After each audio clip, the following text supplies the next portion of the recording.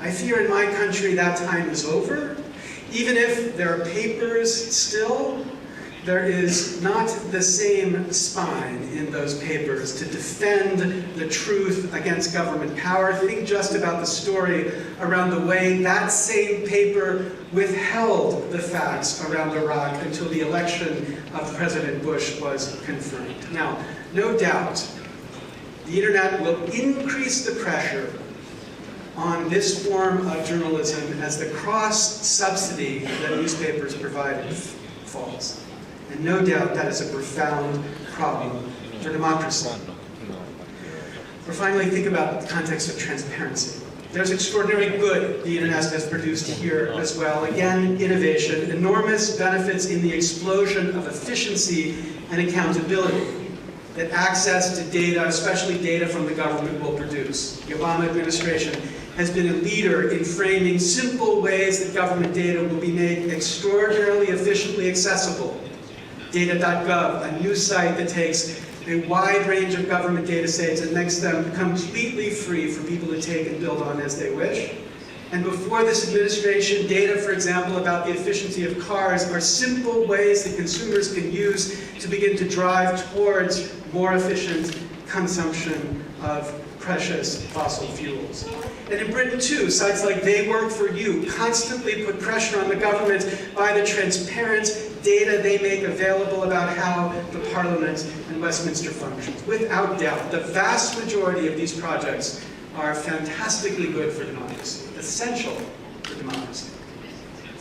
But there are costs here too. There is a dark side to this transparency movement. So here's an example. You might not have seen this film, released just in the United States, Maxed Out. It's a story of credit card debt in the United States. Many dimensions to this problem, but one important cause of this problem is a statute called the Bankruptcy Abuse Prevention and Consumer Protection Act of 2005. It's a little bit of a typo. There's no consumer protection in this act at all. It is an act only to benefit the banks. But the effect of this statute was to make it effectively impossible to discharge credit card debts. So, companies like Bethlehem Steel could use bankruptcy to escape pension obligations.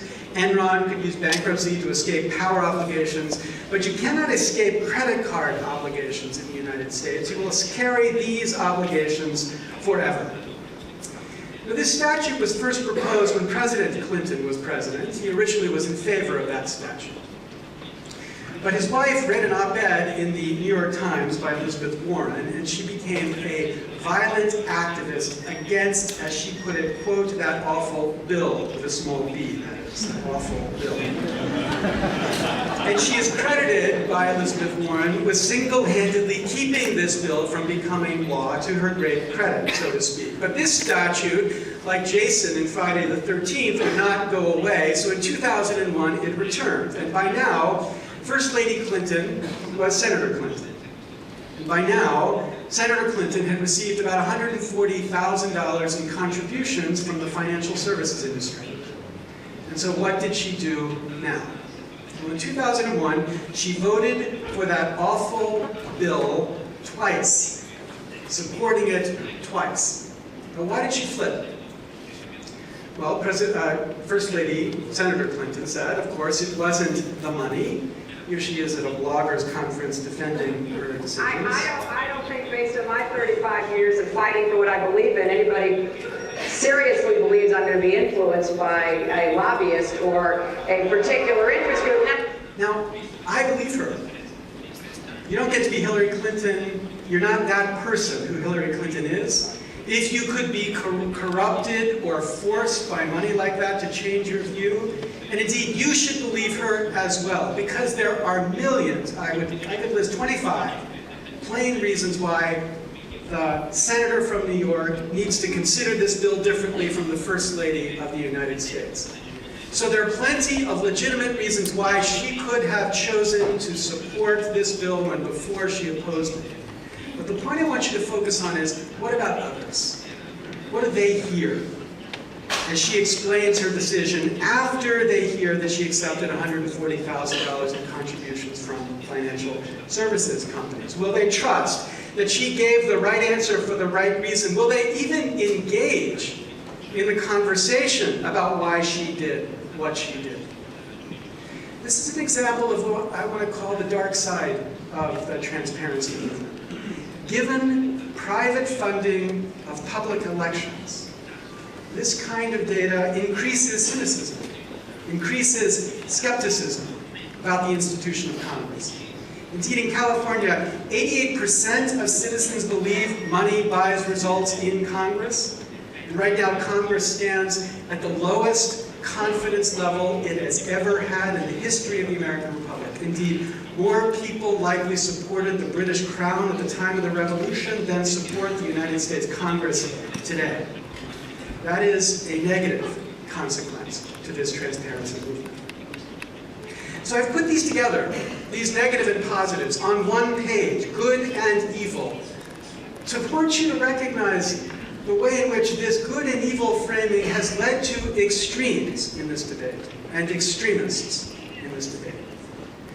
The extremists on the left of my chart, at least here, increasingly think that the internet teaches us that we need to radically remake society. They look at the copyright debate, and they celebrate the fact that copyright is under pressure because of the internet. There's an increasing copyright abolitionist movement out there that believes we should just eliminate copyright. We don't need it anymore. There is no reason for this restriction on freedom to survive. In the context of journalism, they say that blogs will be enough. We don't need major investigative reporting anymore. Amateurs can do everything that we need. And in the context of the transparency movement, they look at stories like the growing cynicism and they say it's the just deserves to a corrupt system of government. But there's extremism on the right as well. The battle on copyright leads people increasingly to suggest changes that would effectively kill the internet. The death of journalism leads people even more self-righteously to lead to changes that would kill the internet. And those who are embarrassed by the transparency facts that the internet produces increasingly, and in a red China way, say, kill the internet. The point is, these extremists from both sides refuse to acknowledge the other side. They see this as a grand either-or. That we either have the unlimited anarchy that the internet in some sense pushes to, or we have the totalitarian state that those who would resist the internet support. That is a mistake. We need to find a way to pursue both. We need to find a way to believe in the net, but also believe in copyright and journalism and trust in government. And the question is not which of these to have. The internet or copyright, the internet or journalism, the internet or trust. The question is, how do we get both?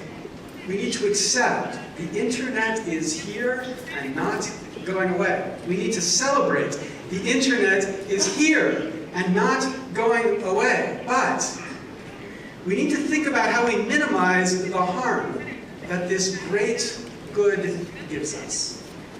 How?